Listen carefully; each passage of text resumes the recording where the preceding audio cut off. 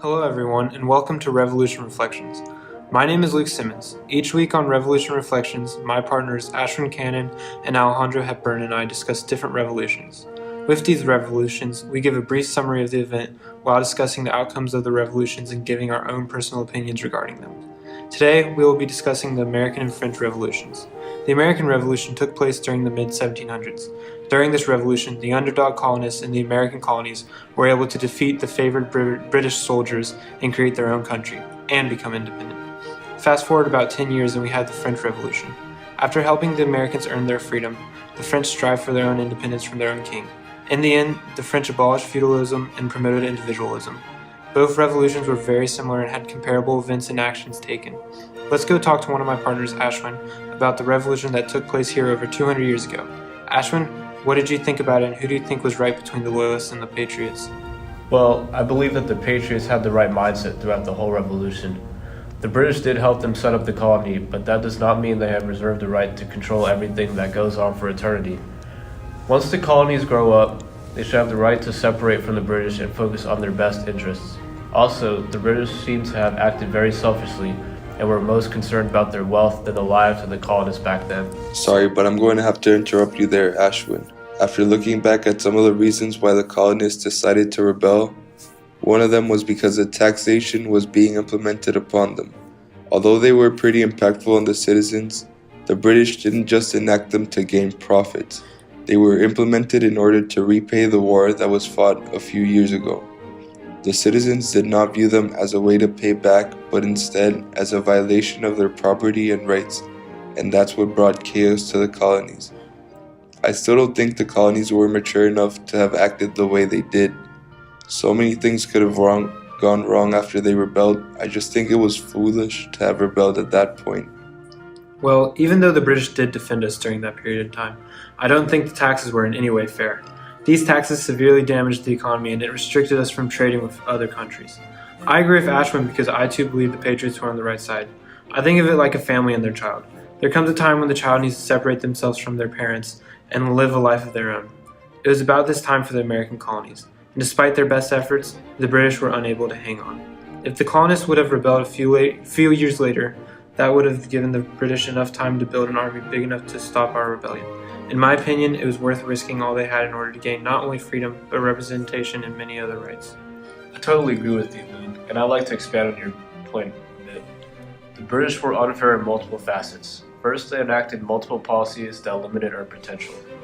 One of those was the Navigation Acts, which limited the scope of American trade and imposed mercantilism, which is using nations to increase the wealth of the mother country. They enacted many taxes, and it seemed like the sole purpose of them was to make the mother country richer.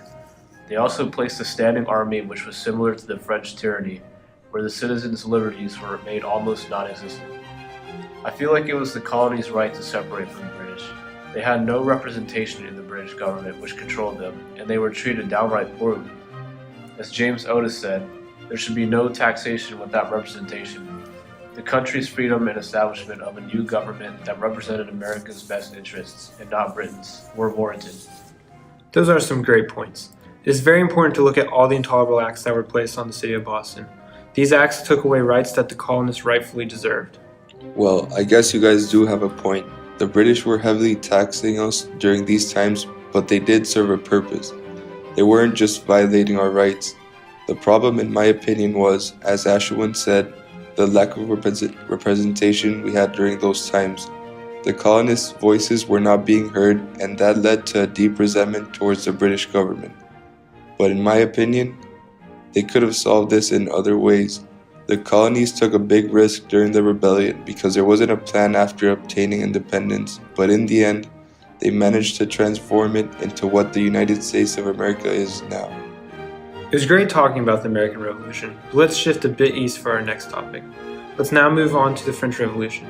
It seems like the French Revolution was started by the country's involvement with the American Revolution.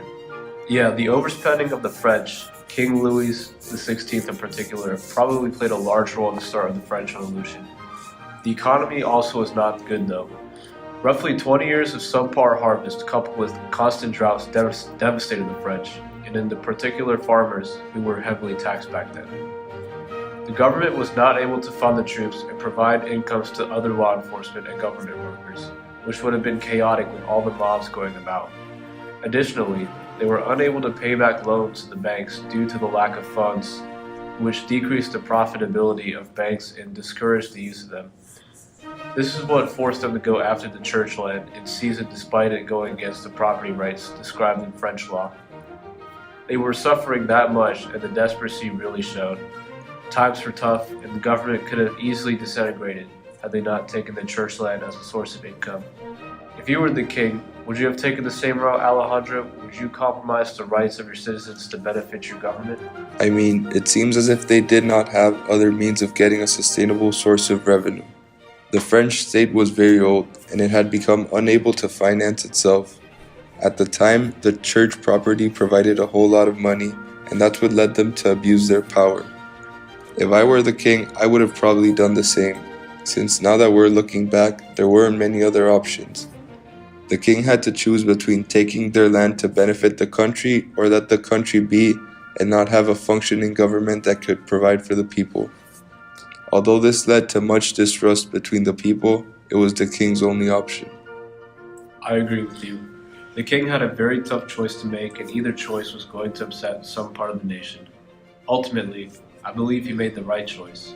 He made a decision for the majority of the nation and was not focused on just the greedy church property owners. He followed Rousseau's principle of making the right choice for the common good, and if the citizens look back in retrospect, they would agree that the king made the decision in the best interest for them. Americans initially took up arms against the British to defend and preserve the traditional rights of Englishmen. The slogan, "No taxation without representation," aptly summed up one of their chief complaints. The right to not be taxed without the consent of your elected representatives was one of the most prized rights of Englishmen. However, the French Revolution was about who should rule at home. They fought for liberty, equality, and fraternity. Neither equality nor fraternity can be achieved through the force by the state. Perfect equality is elusive, and, even if it could be achieved, would be inconsistent with liberty. Whereas Americans struggled for tangible goals, the French took on the Sisyphean task of striving for abstractions. Those are some very strong points. Thank you, Ashwin and Alejandro, for all your knowledge and opinions on the revolutions. It sure is great to have a strong team of well-qualified members that can give great information about a super interesting and well-discussed topic. As we can see, both the French and American revolutions had many similarities and differences. Both revolutions fought to end the ruling of the king. However, the two revolutions had slightly different end goals in mind. It is clear there are arguments for both sides of the fight. Well, that concludes this week's episode of Revolution Reflections. Thank you so much for tuning in. Catch us next week as we talk about the Industrial Revolution. I'm Luke Simmons with my co-hosts Ashwin Kanan and Alejandro Hepburn, signing off.